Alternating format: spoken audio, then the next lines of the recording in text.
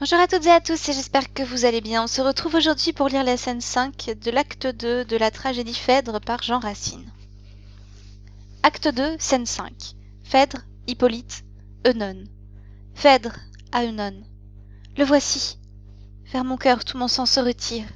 J'oublie en le voyant ce que je viens lui dire. Œnone, souvenez-vous d'un fils qui n'espère qu'en vous. Phèdre, on dit qu'un prompt départ vous éloigne de nous, Seigneur.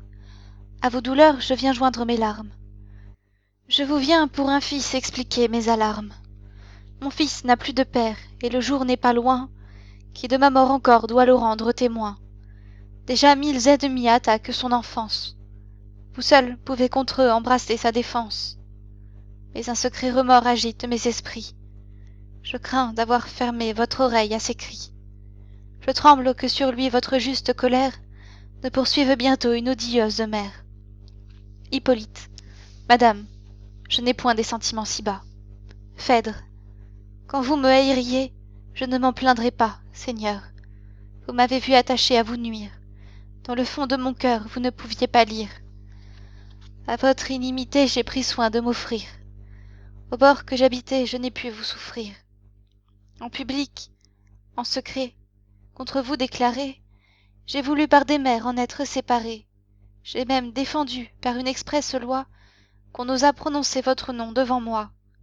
Si pourtant à l'offense on mesure la peine, si la haine peut seule attirer votre haine, jamais femme ne fut plus digne de pitié, et moins digne, Seigneur, de votre inimité. Hippolyte, des droits de ses enfants une mère jalouse pardonne rarement au fils d'une autre épouse. Madame, je le sais, les soupçons importuns sont d'un second hymen les fruits les plus communs. Tout autre aurait pour moi pris les mêmes ombrages, et j'en aurais peut-être essuyé plus d'outrages. Phèdre, ah Seigneur, que le ciel, j'ose ici l'attester, de cette loi commune a voulu m'excepter. Qu'un soin bien différent me trouble et me dévore. Hippolyte, Madame, il n'est pas temps de vous troubler encore. Peut-être votre époux voit encore le jour. Le ciel peut à nos pleurs accorder son retour. Neptune le protège, et ce Dieu tutélaire ne sera pas en vain imploré par mon père. Phèdre, on ne voit point deux fois le rivage des morts, Seigneur, puisque Thésée a vu les sombres bords. En vain vous espérez qu'un Dieu vous le renvoie, et l'avare Achiron ne lâche point sa proie. Que dis-je? Il n'est point mort puisqu'il respire en vous. Toujours devant mes yeux je crois voir mon époux. Je le vois, je lui parle, et mon cœur, je m'égare.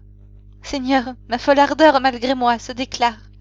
Hippolyte, je vois de votre amour l'effet prodigieux. Tout mort qu'il est, Thésée est présent à vos yeux. Toujours de son amour votre âme est embrasée. Phèdre, oui, prince, je languis, je brûle pour Thésée. Je l'aime, non point tel que l'ont vu les enfers. Volage adorateur de 1000 objets divers, qui va du dieu des morts déshonorer la couche, mais fidèle, mais fier, et même un peu farouche, charmant, jeune, traînant tous les cœurs après soi, tel qu'on dépeint nos dieux ou tel que je vous vois. Il avait votre port, vos yeux, votre langage, cette noble pudeur colorait son visage. Lorsque de notre crête il traversa les flots, digne sujet des vœux des filles de Minos. Que faisiez-vous alors? Pourquoi, sans Hippolyte, des héros de la Grèce assembla-t-il l'élite? Pourquoi, trop jeune encore, ne pûtes-vous alors entrer dans le vaisseau qui le mit sur nos bords? Par vous aurait péri le monstre de la Crète, malgré tous les détours de sa vaste retraite. Pour en développer l'embarras incertain, ma sœur du fil fatal eût armé votre main. Mais non, dans ce dessein je l'aurais devancé. L'amour m'en eût d'abord inspiré la pensée. C'est moi, prince, c'est moi dont l'ultime secours vous eût du labyrinthe enseigné les détours. Que de soin m'eût coûté cette tête charmante, un fil n'eût point assez rassuré votre amante.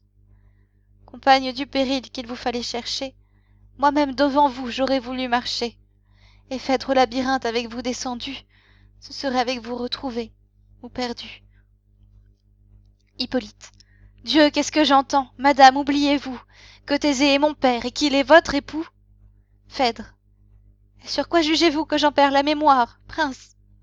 Aurais-je perdu tout le soin de ma gloire? Hippolyte. Madame, pardonnez. J'avoue en rougissant que j'accusais à tort un discours innocent. Ma honte ne peut plus soutenir votre vue, et je vais... Phèdre. Ah, cruel! Tu m'as trop entendu. Je t'en ai dit assez pour te tirer d'erreur. Eh bien, connais donc Phèdre et toute sa fureur. J'aime.